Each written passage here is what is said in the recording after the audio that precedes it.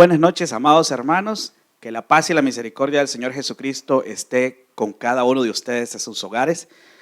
Para nosotros es muy grato estar una noche más aquí delante de nuestro Señor Jesucristo y delante de cada uno de ustedes para poder escudriñar un tiempo más las Sagradas Escrituras. Espero que allí en cada uno de ustedes, ahí en la comodidad de su hogar, que ya usted haya preparado su cuaderno, tenga preparado su lapicero, su lápiz, su Biblia, para en esta noche poder tomar nota de lo que el Señor y el Espíritu Santo a través de la palabra y las Sagradas Escrituras tienen preparado para usted y para mí. Este es un programa especial que hacemos con mucho amor para que podamos aprender cada día más de las Sagradas Escrituras. Usted posiblemente o alguna persona que nos esté viendo posiblemente diga de que ya usted tiene bastante tiempo en el Evangelio y que usted sabe mucho de la Biblia.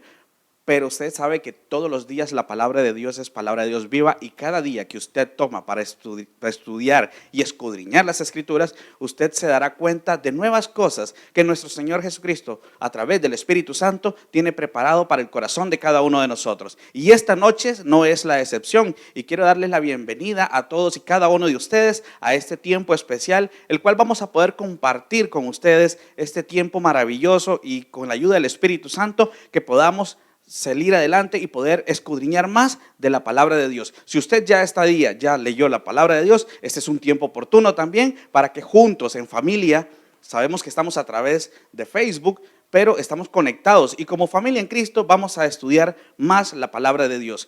Iniciando quiero también aquí saludar a cada uno de los hermanos que ya se están conectando. Por acá tenemos a nuestra hermana Ana García, a nuestro hermano Juan Carlos Solís, a Juancito Sánchez, a Yudri Vanegas, Mayra Sánchez y así muchos de los otros hermanos que en esta noche se han preparado su corazón, tienen preparado su libreta para tomar nota y poder tomar nota realmente de todo lo que Dios tiene preparado para cada uno de nosotros. Les recuerdo que estamos estudiando el libro de Efesios, la carta de los Efesios, en este caso de nuestro querido apóstol de los gentiles, Pablo, y vamos a aprender más en este día. La semana pasada recuerdan de que estuvimos hablando y un tema y una parte muy especial que a mí me caló mucho, una representación que nuestros hermanos hicieron y era la parte que en el cementerio, si ustedes lo recuerdan, que dice que vemos tumbas, muchos están ahí con una tumba tal vez con mucha maleza, zacate, otras tumbas muy bonitas, pero al final y al cabo todos los que están ahí están muertos. Así que si hay alguna persona que nos está viendo y aún no tiene a Jesucristo en su corazón, hoy va a aprender y va a seguir aprendiendo del por qué está muerto, pero tiene la bendición y la gracia que puede resucitar a través de la fe y de la gracia de nuestro Señor Jesucristo. Así que sin más preámbulo en esta noche, quiero bendecirles y agradecerles y voy a darle el pase a nuestros hermanos que en esta noche se han preparado muy especialmente con la ayuda del Espíritu Santo para que juntos podamos compartir este tiempo y escudriñar más de las Sagradas Escrituras. Transfiero a mi hermano, el pastor Ramón Mendoza. Buenas noches, hermanos, que el Señor les bendiga. Qué gusto, qué gran gusto tenemos hoy en esta oportunidad de podernos dirigir una vez más a ustedes. De verdad que damos muchas gracias a Dios por esta oportunidad que tenemos de podernos comunicar con usted a través de la tecnología. Y como ustedes sabrán, el propósito que nosotros tenemos es solamente pues compartir las Escrituras, ayudarles a ustedes también y proporcionar para ustedes la iglesia un recurso, una herramienta a través del cual podamos aprender y crecer juntos. En todo este tiempo pues hemos estado hablando de la carta a los Efesios y lo hemos hecho de una forma intencional debido a todo lo que en ella podemos encontrar para nuestra vida cristiana y por ende también para nosotros como comunidad. Así que bienvenidos en esta noche, queridos hermanos, y también queremos hoy pues dar una bienvenida también a nuestro hermano que nos va a acompañar hoy, nos va a ayudar en la presentación de lo que hoy vamos a compartir. Así que le dejo el pase a nuestro querido hermano. Buenas noches, Isaac. hermanos, ¿cómo están? Que el Señor les bendiga. Es un gusto poder estar hoy compartiendo con ustedes este tiempo de escudriñando las Escrituras. Y hoy pues tenemos más cosas que aprender, más cosas que conocer acerca de esta hermosa carta que Pablo escribe. Y pastor, ¿por dónde iniciamos? ¿Por dónde arrancamos esta noche? Bueno, Tenemos tantas cosas para compartir con ustedes, hermanos, que sentimos de verdad mucha alegría en nuestro corazón poder hacerlo, poder proveer a ustedes toda esta enseñanza que tenemos. Quisiéramos a veces poder tener de repente más tiempo para poder compartir Claro todo que sí. esto, pero bueno, vamos a tratar de mantenernos en el horario en que siempre hemos estado y tratar de ser hoy pues lo más substancioso de lo que vamos a compartir. Quisiera antes de iniciar en el tema que hoy nos ocupa poder hacer una recapitulación rápida acerca de lo que miramos la semana anterior.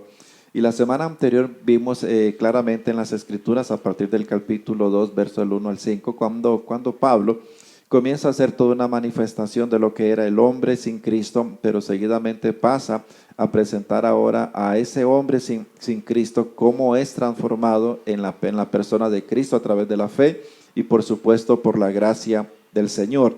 Creo que todo el tema que Pablo ocupa en el capítulo 1, capítulo 2, tiene que ver con la exaltación de la gracia de Dios y cómo es que ese hombre caído, ese hombre que está echado a perder, ese hombre que no tiene ninguna esperanza en sí mismo, cómo la gracia de Dios lo alcanza y cómo lo transforma en todo esto.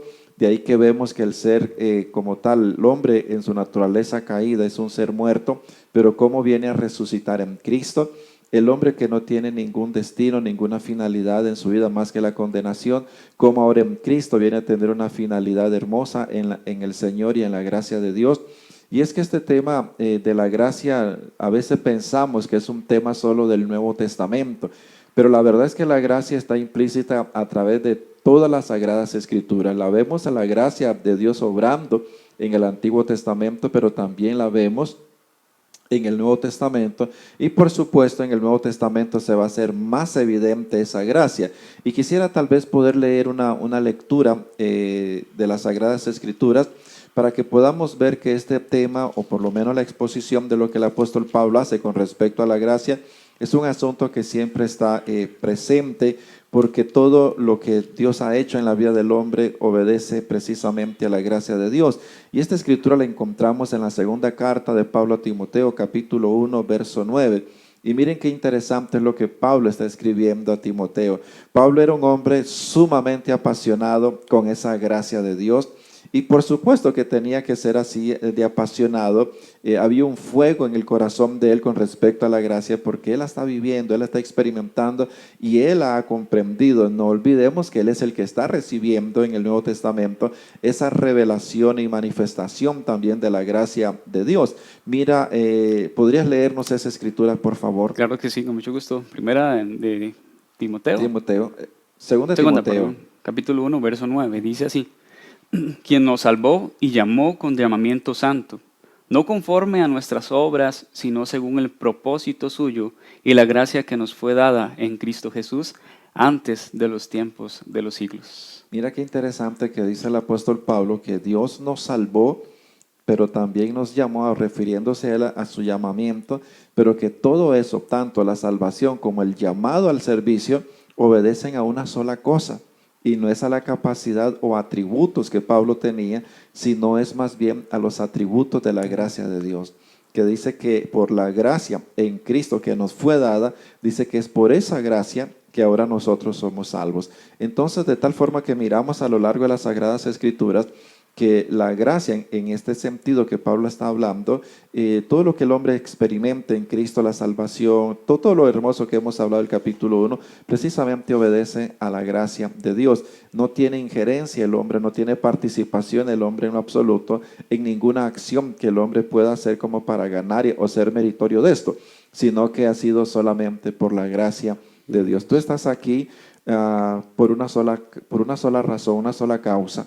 Y esto es por la gracia de Dios. Yo estoy aquí y no es porque hayamos hecho algún mérito, es por la gracia de Dios. Cada hermano que nos está siguiendo en este momento, están allí, ahora disfrutan de esa misericordia de Dios, pero es por la gracia de Dios. Aquí nadie ha comprado nada y nadie ha hecho tampoco nada meritorio para poder obtener esa gracia. Ha sido lo que Dios nos ha dado. Pero a veces cuando hablamos de la gracia de Dios, pensamos siempre en que la gracia de Dios es el don, el regalo inmerecido que recibimos. Pero Isaac, yo en lo personal siempre he considerado que cuando hablamos de la gracia de Dios solamente desde ese punto y decimos es un regalo inmerecido, a veces yo siento que ofendemos esa gracia, porque la gracia de Dios es un abanico tan amplio, tan inmenso, que pensar en el hecho solo de que recibimos un regalo no merecido es quedarnos sumamente corto con respecto a lo que es la gracia de Dios. Pero tal vez yo encuentro una palabra que podría ayudarnos un poco a comprender la magnitud de esa gracia. Y es que yo determino la gracia de Dios como ese amor descendente. ¿Qué quiero decir con esto? Es de que Dios siempre está buscando al hombre.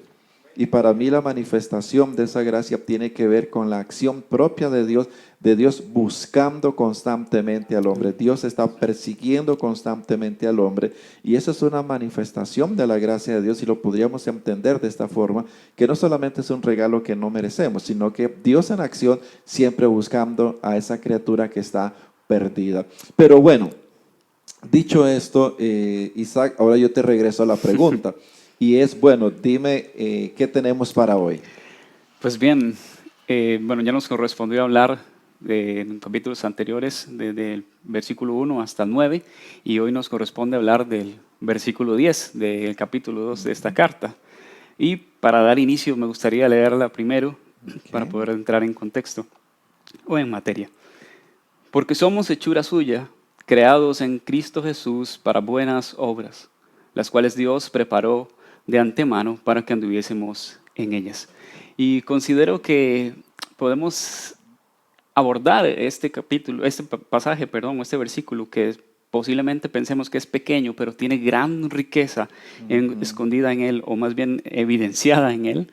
Y lo podemos dividir en 3 ejes, y lo haremos en esta noche de esa manera, pastor, si a usted le parece. Cuando te refieres a 3 ejes, estás hablando de 3 temas que están implícitos en el verso 10. Exactamente. Mira, nosotros tenemos un gravísimo error y yo creo que, bueno, todos nosotros los cristianos evangélicos tenemos un grave error, por lo menos la gran mayoría, y es que cuando leemos, solamente leemos, ¿verdad? Y lastimosamente la lectura de las Sagradas Escrituras no nos dice mucho. Vamos a encontrar la verdad y la riqueza, el tesoro que hay en las Escrituras cuando no solo la leemos, sino que también las escudriñamos. Y ahora que mencionas que hay 3 temas, de repente usted en su casa, que ha leído muchas veces el verso 10, estará preguntándose cuáles son esos temas que están allí, ¿verdad? Entonces, bueno, vamos a dar lectura a esos 3 ejes y entendamos ejes por temas que están dentro de ese versículo y sobre los cuales vamos a girar hoy, ¿verdad? En la enseñanza y la conversación que tenemos. ¿Podrías mencionarlos? Así es. Bueno, primero tenemos que hemos sido hechura suya o hechura de Dios, creados en Cristo. Y por último encontramos la finalidad de esa creación. Entonces encontramos, bueno, tenemos esos 3 ejes o ideas que podemos encontrar en este pasaje que pareciera que es pequeño, pero tiene gran contenido y que podemos aprovechar para poder escudriñarlo en esta noche. ¿A qué nos referimos cuando el apóstol Pablo hace la introducción del verso 10 y dice, porque somos hechura suya? Porque somos hechura suya. ¿Qué hay en eso? Bueno, podría responderlo de una manera sencilla, Ajá. ¿verdad? Y es que hemos ahora nosotros adquirido una nueva naturaleza, que no es una naturaleza ahora de pecado como la que teníamos antes, sino que es una naturaleza ahora que proviene de Dios, que hemos sido ahora implantados en una nueva naturaleza o con una nueva semilla dentro de nosotros, como lo podemos ver en 1 de Juan 3:9, que nos habla, y ahorita lo podemos leer, sobre que nosotros ahora hay una nueva simiente que proviene de Dios. Podríamos decir que ese término que Pablo usa, hechura de Dios, tiene que ver con un ser totalmente nuevo. Sí, es una nueva creación, es una nueva criatura. Incluso podríamos ver la obra de salvación como una creación nueva de un ser que antes estaba pues muerto y ahora viene a vida a resucitar juntamente con Cristo. Entonces es la creación de un ser distinto, diferente a lo que antes era. Hermano que estás ahí en tu casa, ¿alguna vez te has puesto a pensar en esa verdad que Pablo está mencionando? No está mencionando el hecho de que somos adheridos a una congregación o que formamos parte de la membresía de una iglesia, sino que Pablo está presentando esa obra de gracia que trae salvación al hombre y la presenta desde un punto que de repente muy poco la hemos considerado. Y es que Pablo no está pensando en un ser que ha sido adherido a una creencia, sino que está hablando de una nueva creación, es una nueva criatura. Ah, Y me parece entonces que en este sentido recordamos el texto de Pablo cuando escribe su carta a los Corintios, 2 a los Corintios 5:17, un texto que yo creo que muchos de nosotros lo conocemos. Dice, de modo que si alguno está en Cristo, nueva criatura es. Esto significa, por lo tanto, de que algo que no existía, ahora existe. Algo que algo que es imposible para el hombre producir, para el hombre llevarlo a cabo, que solamente Dios puede hacerlo, y que en este sentido entonces es lo que Dios a través de su poder y del Evangelio ha hecho en nosotros, y nos ha hecho una nueva ok. creación, es una nueva criatura. Pero qué interesante es que me parece que Pablo también tiene un mensaje ahí muy fuerte, y es que habla de quién es el autor de esa obra. Amén. ¿Quién es el autor de esa obra según el apóstol Pablo? Pues bueno, la pregunta es para mí. Sí, señor, es para usted. Entonces respondemos la pregunta. El autor por excelencia de esa obra, de lo que se ha hecho, es solamente Dios. Única y Dios. exclusivamente Dios. ¿Ha habido participación del hombre en la producción de esa nueva creación? Ninguna manera. Creo que el hombre no ha tenido ninguna, bueno, la misma palabra nos lo menciona y nos lo dice, que por gracia sois salvos, y no hay obras que pudieran hacernos meritorios de algo tan maravilloso como es la obra de salvación y de creación Entonces, del ser qué humano. interesante es, hermanos, que Pablo, recordemos que Pablo es súper intencional. Pablo no está diciendo algo allá a medias, sutilmente, no, Pablo está siendo directo, y creo que Pablo tiene una gran razón a la hora de hacer directo, y es que en primer lugar él tiene una revelación del Evangelio, tiene una claridad de quiénes son los que están participando dentro de esa manifestación de la gracia de Dios, y lo vemos en el capítulo 1, donde Pablo claramente presenta a Dios el Padre, presenta a Dios el Hijo y presenta a Dios el Espíritu Santo como los autores de esa gracia en la vida del hombre. Y aquí en el verso 10, terminando ese discurso del apóstol Pablo, dice, somos hechura suya. Significa, por lo tanto, de que solamente y absolutamente es Dios quien lleva a cabo esa obra, porque ¿quién más puede hacerla?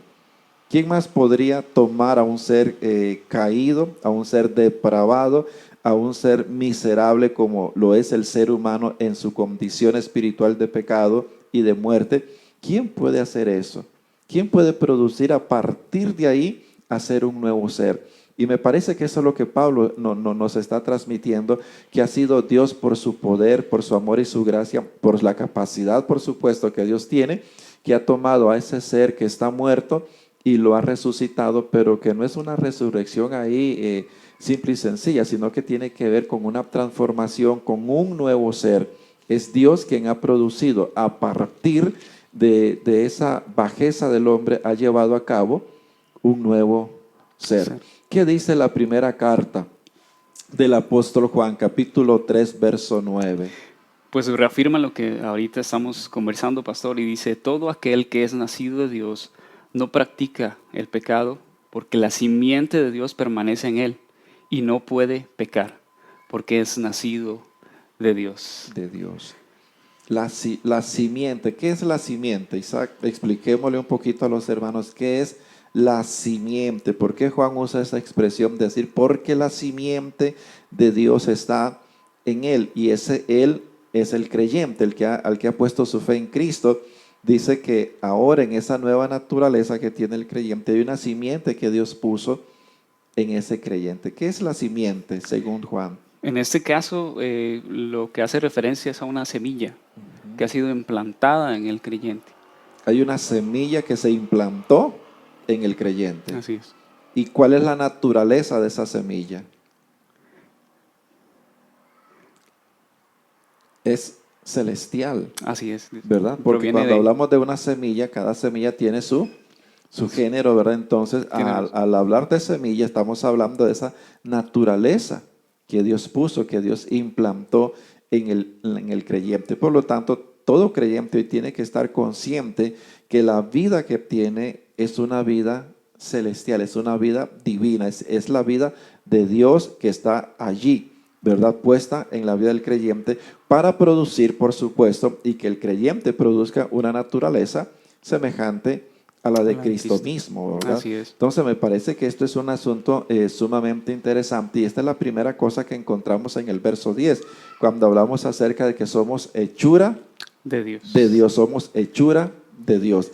Yo no soy el resultado de la obra de una iglesia, no soy el resultado de la obra de un ministerio, ni el resultado de una religión, soy el resultado del poder de Dios. Por eso Pablo en su carta a los Romanos dice, no me avergüenzo del Evangelio porque es Poder de Dios. poder de Dios. Es un Para poder salvación. que salva, pero que a la misma vez recrea al ser humano, ¿verdad? Recrea, perdón, al creyente. Entonces, es importante poder entender esta parte porque cada uno de nosotros debe entender, número uno, de que es Dios quien lleva a cabo esa obra. Número dos, que Dios no ha hecho en nosotros una reparación, como a veces pensamos o alguna gente dice, voy a ir a la iglesia para ver si, es que necesito que Dios me cambie acá. Mira, pero Dios no está interesado en cambiar algunas cosas en tu vida. Y es importante que usted como iglesia lo entendamos, y máximo cuando predicamos el evangelio o evangelizamos, que entendamos que Dios no tiene ningún interés en cambiar algunas cosas de mi vida. Dios no tiene interés en cambiar algunas cosas de su vida. El interés de Dios es transformar, regenerar, recrearte totalmente. Porque simple y sencillamente, si hablamos de que Dios cambia algunas cosas en mí y el resto de las cosas, ¿cómo quedan? Sí, Entonces, no es una reparación que Dios hace, es una creación partiendo del estado de muerte en que estoy, llevándome a la vida en Cristo, y a partir de ahí entonces entendemos que estamos hablando de una nueva creación. Pero, ¿qué más podríamos hablar con respecto a esto? Bueno, también podríamos mencionar que esto es algo poderoso, pastor, que Dios ha hecho en la vida del creyente, de que al igual que en la creación al inicio, como se puede ver en Génesis 2:7, que Dios sopla en el hombre aliento de vida, ahora en nosotros, pues nos ha también soplado su Espíritu Santo y nos ha hecho nuevas criaturas. Y como usted lo menciona, no es la obra de salvación, no podemos hablar de una obra de reparación, sino es una obra de creación. De Algo creación. distinto, algo diferente, algo que antes no existía, ahora viene a la vida o viene a ser creado ahora, a existir exactamente. Qué interesante. Yo al encontrar esa escritura puedo afirmar lo siguiente, y lo afirmo delante de ustedes, hermanos. Ninguna religión tiene el poder,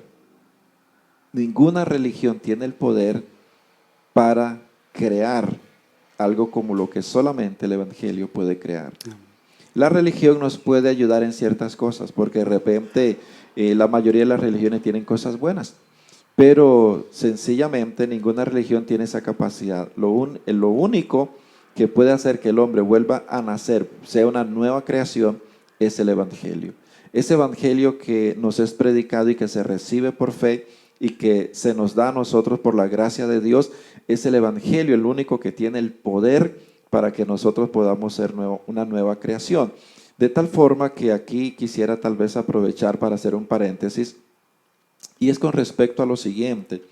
La razón básica por la que Dios envía a la iglesia a predicar en primer lugar, en primera instancia, en prioridad, por encima de planes o proyectos sociales, es porque los proyectos sociales jamás tendrán el poder para transformar, para recrear, para hacer de una persona, de un pecador, una nueva persona. Ningún programa social tiene ese poder. Solamente el poder del Evangelio tiene la capacidad para hacer de ese ser una nueva criatura. De ahí que lo primero que encontramos en el Evangelio es el llamado de Dios a predicar el Evangelio, porque solo el Evangelio puede transformar, puede hacer de esa persona una nueva criatura. Pero ningún programa social tiene esa potencia. Hacemos la obra social como parte del testimonio de la justicia de Dios en nuestra vida acerca de las buenas acciones, pero no es lo primordial en Dios. ¿Por qué? Porque solo el Evangelio puede transformar y puede llevar a ese ser humano a ser una nueva criatura, ¿verdad? Pero bueno, ¿cuál es lo siguiente que tenemos después de esto que encontramos en este verso 10? Bueno, pastor, antes de pasar al siguiente punto, podríamos mencionar acerca de por qué no podemos ser recreados, reparados, y por Reparados. qué hay una necesidad de ser recreados. Ujú, Porque creo que eso pues, debería ser algo que podamos arrojarle luz en esta noche. ujú. Y cuál es la condición? O sea, ¿por qué el hombre en sí no puede ser reparado, no puede ser arreglado con sus detalles o defectos, Muy sino que buena se necesita pregunta. una nueva Buena creación? pregunta. ¿Me estás preguntando a mí o me Sí, estás preguntando no a le los estoy hermanos? preguntando a ¿Me usted. estás preguntando a mí? Bueno, y a los hermanos que están en la casa Ok. también. ¿Por qué? ¿Cómo es la pregunta? Porque es necesaria una creación y no Una una reparación. reparación. Bueno, yo creo que es sencillo. Creo que la respuesta es muy simple. La razón por la que no somos reparados, sino recreados, es porque pone en evidencia el poder del pecado. O sea, el ser humano, una vez que el pecado ha entrado en la vida del ser humano, no afecta una área nada más, no afecta una partecita nada más como para que reparemos esto y que el resto siga. Cuando hablamos de esa necesidad de ser recreados, precisamente creo que obedece a ese hecho, a que el pecado tiene, el poder del pecado es tan inmenso que cuando toca algo lo arruina, cuando toca algo lo ensucia. Y una vez que el pecado entró en la vida del ser humano, no hay ninguna posibilidad de que el ser humano sea reparado si lo que queremos es un hombre diferente. Yo pienso que cuando hablamos de recreados y no reparados, obedece al hecho de que Dios miró al hombre y Dios dijo, el hombre no puede ser reparado. ¿Por qué? Porque integralmente el hombre está corrompido. Integralmente el hombre está muerto. O sea, no hay una parte que escape a esa realidad de muerte en la vida del ser humano. Por lo tanto, una reparación no puede existir. No cabe una reparación, sino una recreación. Y eso es lo que habla la Escritura. Por ejemplo, cuando se nos habla del nuevo nacimiento, del nacer, ¿verdad? Del agua y del Espíritu, el Evangelio de San Juan, capítulo 3, que Jesús lo plantea. Entonces estamos hablando ahí de un ser que no existía, pero que ahora viene a existir, pero que obviamente entendemos de que no es una reparación, ¿verdad? Y hago paréntesis aquí, y mucha gente anda buscando eso, anda buscando ser reparados. Entonces nos metemos a una iglesia porque tenemos una situación X y lo que voy buscando es que escuchamos popularmente la gente, es que yo busco a Dios porque necesito que me cambie esto y el resto. El resto no quieren que lo Yo cambie. necesito que Dios me regrese a la familia que se acaba de ir, o mi esposo, mi esposa, mis hijos que me acaban de dejar, pero ese es el menor de los problemas. ¿Verdad? Me parece a mí que ese es el menor Sí. de los problemas. Yo estoy buscando a Dios para que me ayude a dejar este vicio, o dejar este hábito, o dejar X o Y cosa. Pero me parece que ese es lo más insignificante problema que tenemos. Y cuando eso pasa es porque la gente no ha escuchado una predicación, una exposición del Evangelio hablándole de su realidad. Y por eso es que el Evangelio, aunque a veces parezca duro, pero no es duro en sí mismo por el hecho de que lo que Dios quiere es que conozcas la verdad. Y verdad, entonces muchas veces entramos a la iglesia con expectativa de una reparación, porque no hemos entendido que lo que yo necesito es una transformación, una regeneración, una recreación de mi ser, porque el problema de las cosas que yo vivo, el problema de las cosas que hago o experimento, es resultado de mi naturaleza caída, de mi pecado. Entonces, nada de lo que yo pueda hacer va a ser transformado a menos que mi naturaleza, mi centro, mi esencia sea transformada. Por eso es que no cabe una reparación. Pero tal vez para usted, hermano, no piense en venir a la iglesia para que Dios arregle un asunto. Dios no está interesado en arreglar asuntitos de nuestra vida. Dios está interesado en transformar Cambiar nuestra nuestras vida. vidas. ¿Verdad? Por eso me gusta mucho el ejemplo cuando Jesús usa, por supuesto hay un contexto para eso, cuando dice voy a parafrasearlo, de que Él no ha venido para poner un parche, ¿verdad? De tela nueva en vestido viejo. O sea, y ahí encontramos una tremenda ilustración. Imagínense a Dios haciendo esas reparacioncitas, ¿verdad? En nuestra vida.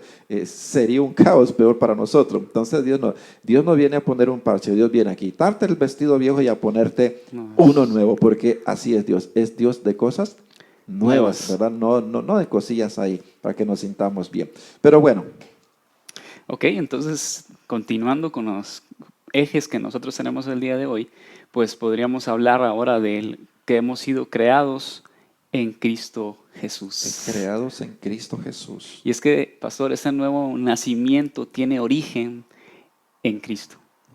Pablo nos viene hablando en el capítulo 1 que todas las cosas que Dios ha hecho, toda la centralidad de las cosas que Dios ha realizado están en Cristo. Y lo podemos ver, bueno, a lo largo del capítulo 1, de cómo Dios se ha placido en hacer las cosas a través de Cristo. Sí, me parece que es un fundamento importantísimo en todo lo que Pablo viene mencionando. De hecho, en el capítulo 1 encontramos varias veces la expresión en Cristo, por medio de Él y en Él. Son expresiones que vamos a encontrar en todas las cartas del apóstol Pablo. Siempre está hablando de en Cristo, por medio de Cristo, en Él y por Él. Y todo tiene que ver en Cristo, porque a Dios le plació que todas las cosas fueran hechas en su Hijo, en Jesucristo, ¿verdad? Y cuando hablamos de esta hechura nueva, esta creación nueva, Pablo nos está diciendo dónde tiene origen. Esa obra milagrosa de Dios de hacer de un ser caído y llevarlo a una transformación, a una recreación y hacerlo un nuevo ser, una nueva criatura, un nuevo nacimiento, tiene origen única y exclusivamente en la persona de Cristo. Cuando nosotros ponemos nuestra fe en Cristo y confiamos en Cristo, en lo que Él ha hecho por nosotros, en que Él ha sido el sustituto por nosotros, entonces ahí tiene origen esa manifestación de Dios. Y es interesante porque en ninguna escritura encontramos que esta acción de Dios de hacer del hombre caído una nueva creación no tiene origen en ninguna otra cosa, en ninguna otra persona, ni en ninguna otra práctica. En ningún lado tiene origen, solamente tiene origen en Cristo. Y me parece que Pablo es intencional cuando expone a Dios como el autor de esa creación, pero también expone en dónde ocurre esa creación. Y ocurre únicamente en Cristo. Por eso cuando pensamos en que voy a la iglesia para que Dios me cambie, estamos equivocados, porque la iglesia no tiene la facultad de cambiar a nadie. Es más, los que estamos dentro de la iglesia, el pastor, los servidores, quien sea, dependemos y hemos dependido de esa gracia para una nueva recreación en nuestras vidas. Entonces a veces la gente tiene esa equivocación de que voy a la iglesia para que Dios me cambie. O como decimos algunas veces, pastor, ahí le mando a mi hijo para que la iglesia lo cambie. Pero no, la iglesia no cambia a cambiar. nadie.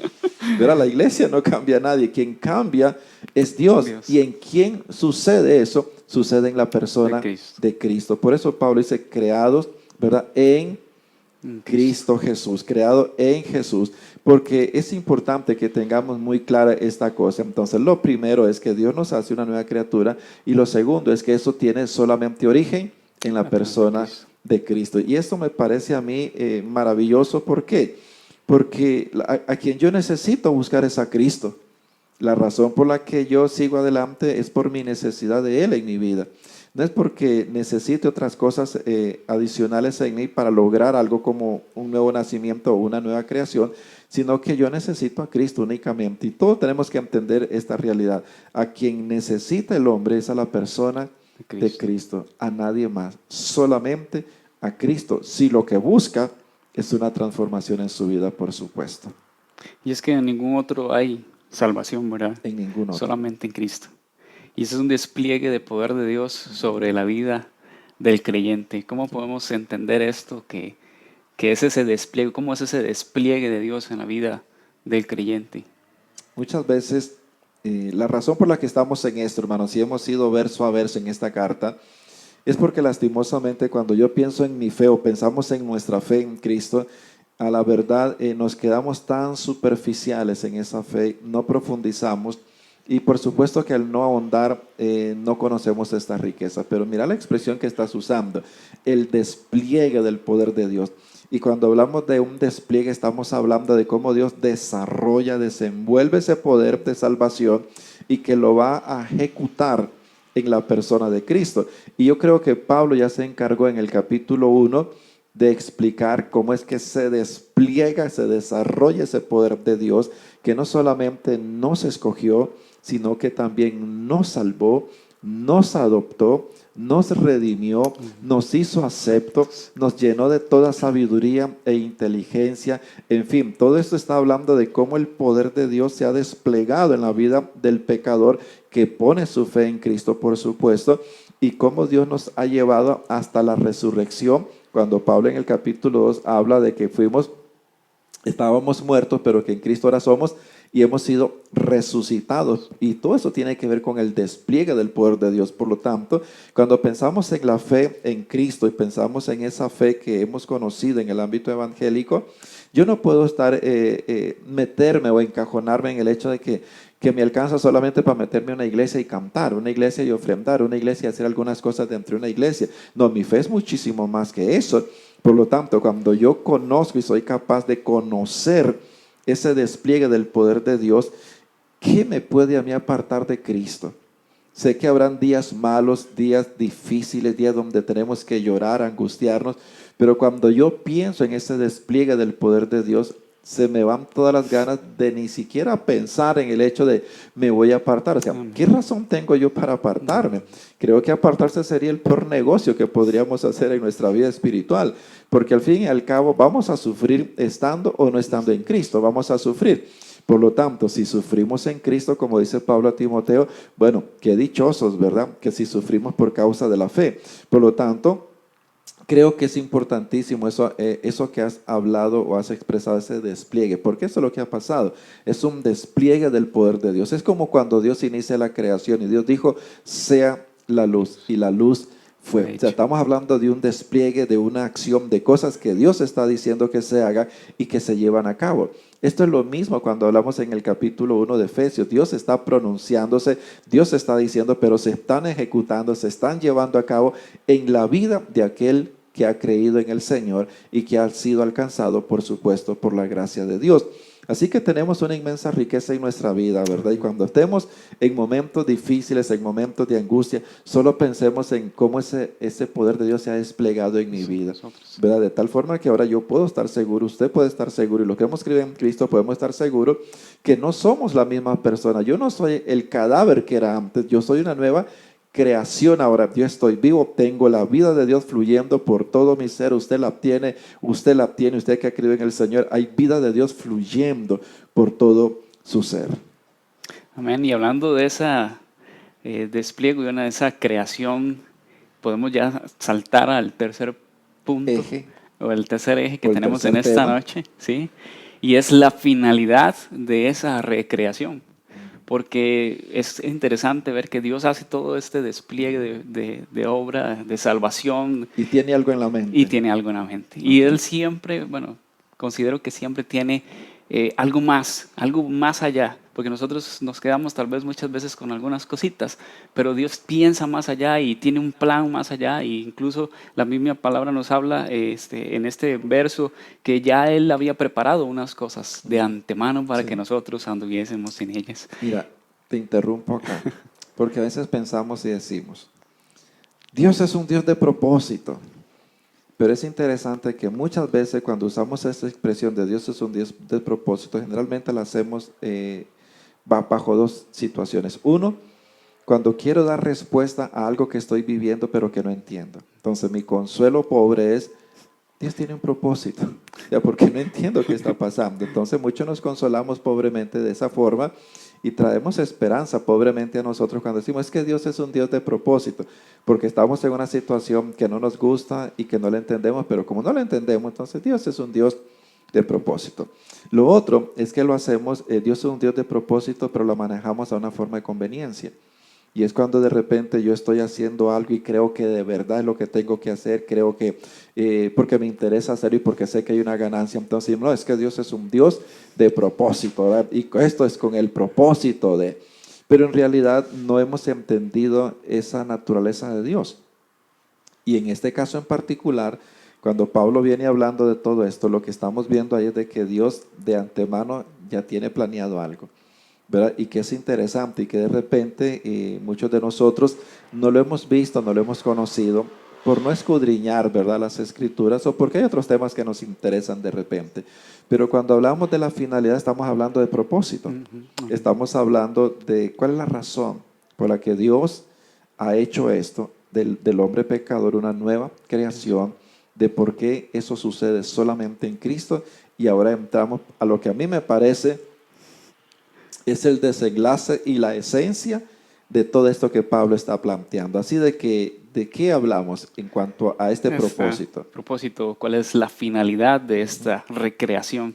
Pues podríamos decir que esta finalidad o la finalidad de esta recreación es un pueblo, una criatura celoso de vivir en las buenas obras que Dios ya había preparado de antemano. O sea, que tenga dentro de sí ese deseo de realizar esas obras que Dios ha hecho, que ya tenía listas para aquellos que habían de ser salvos.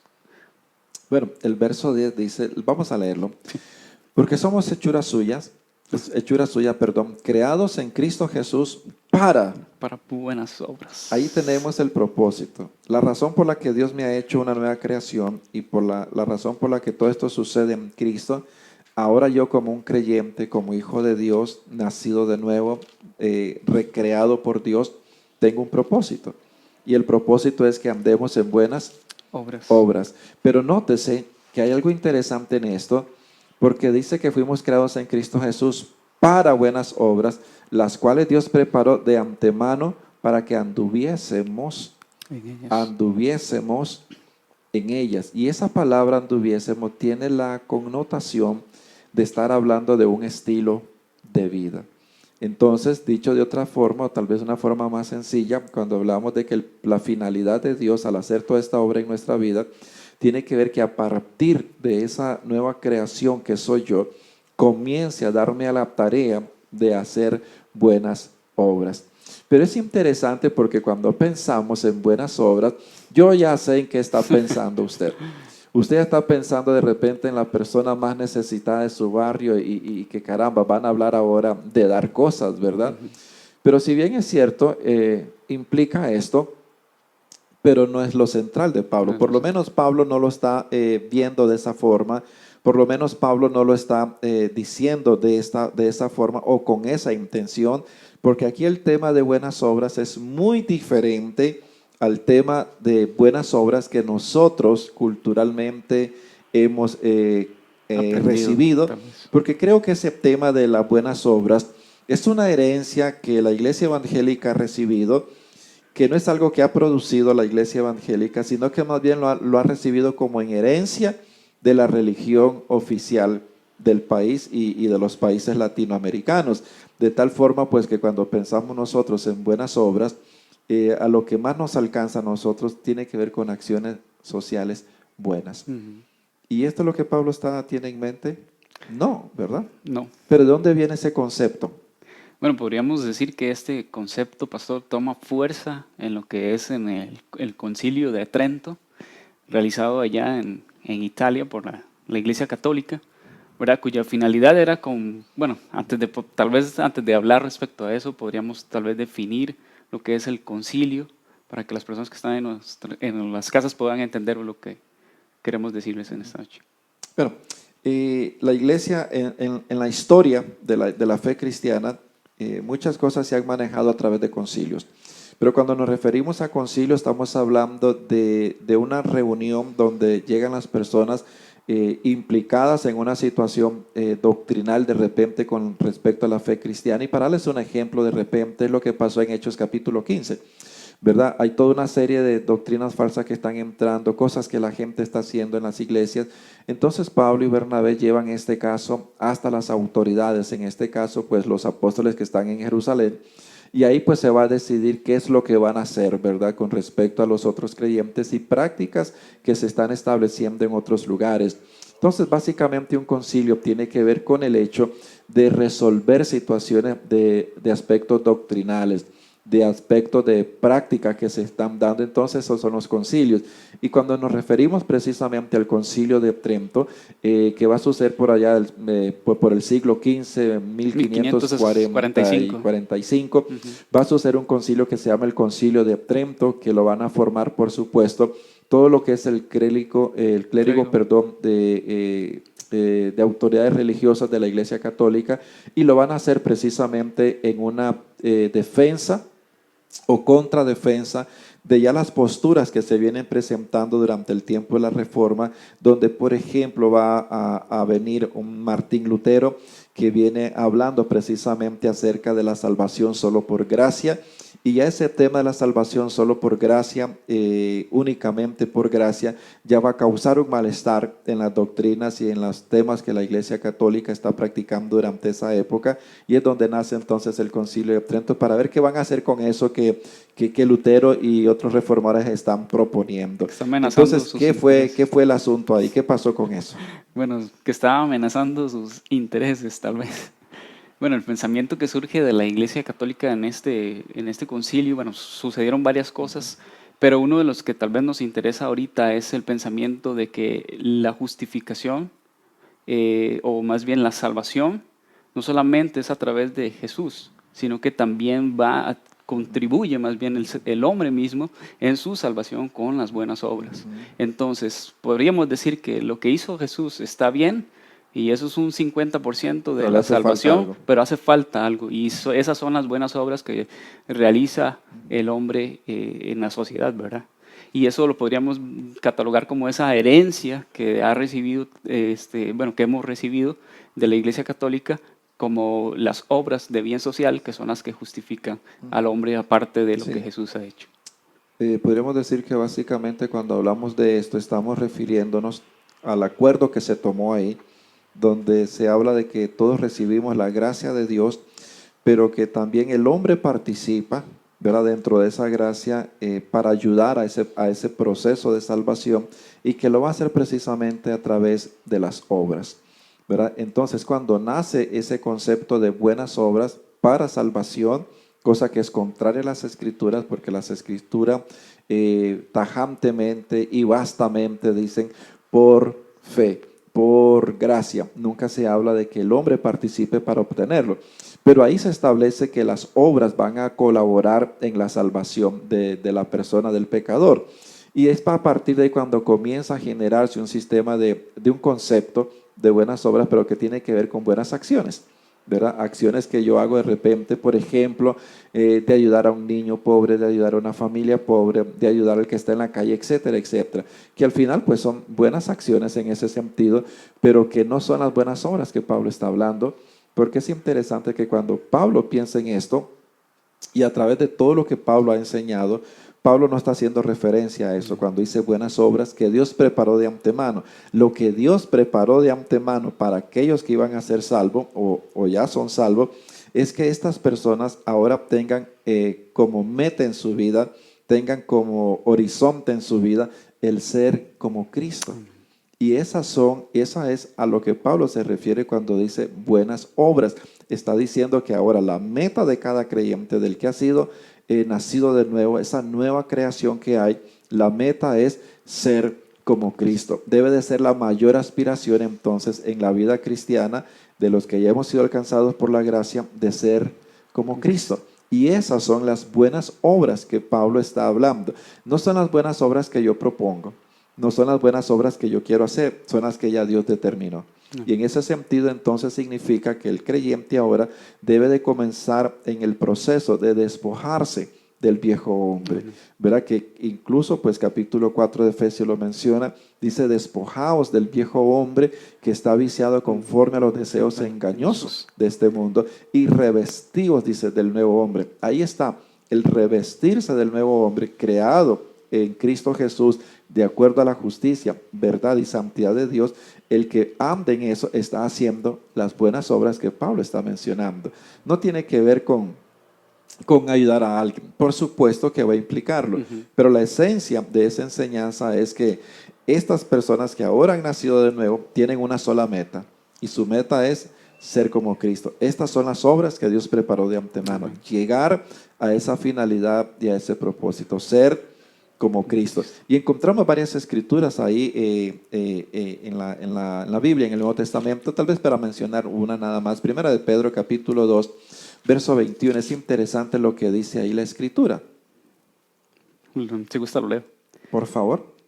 Pues para esto fuisteis llamados, porque también Cristo padeció por nosotros, dejándonos ejemplo para que sigáis sus pisadas. Pedro está diciendo, ok, para esto Cristo vino, para esto apareció y para eso también les dio ejemplo. ¿Para qué? Para que sigan. Las pisadas de él. Entonces la pregunta aquí es, si hemos nacido de nuevo, ¿qué huellas estamos siguiendo?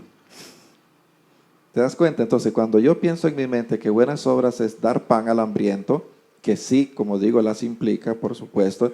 Cuando yo pienso en eso, entonces me dedico ¿a qué? A hacer Hacer eso. eso. Y a veces decimos, por ejemplo, es que hoy yo me acuesto en paz porque hoy le di pan a un hambriento, me acuesto en paz. Pero eso no es lo que Dios está diciendo. Vamos a hacerlo, por supuesto. Es una consecuencia de la salvación. Pero lo esencial en esto, cuando Pablo menciona buenas obras, tiene que ver con el hecho de que cada día debemos de procurar, ¿verdad? Ser imitador de Dios, ser imitador de Cristo, seguirlo a Él, ver su carácter, pensar en su carácter, tratar de imitar su carácter, y que al final no es ni en nuestra fuerza, es el mismo poder de Dios que nos Amén. conduce a todo Hacer eso, esas ¿verdad? cosas. Pero tal vez una última escritura como para terminar este pensamiento, y es en Romanos capítulo 8, verso 29, que aquí es donde encontramos ya para mí el desenlace de todo esto, y es cuando Dios, Pablo, igualmente por el Espíritu Santo, nos dice cuál es la finalidad de Dios. ¿Cuál es la finalidad de Dios para mí?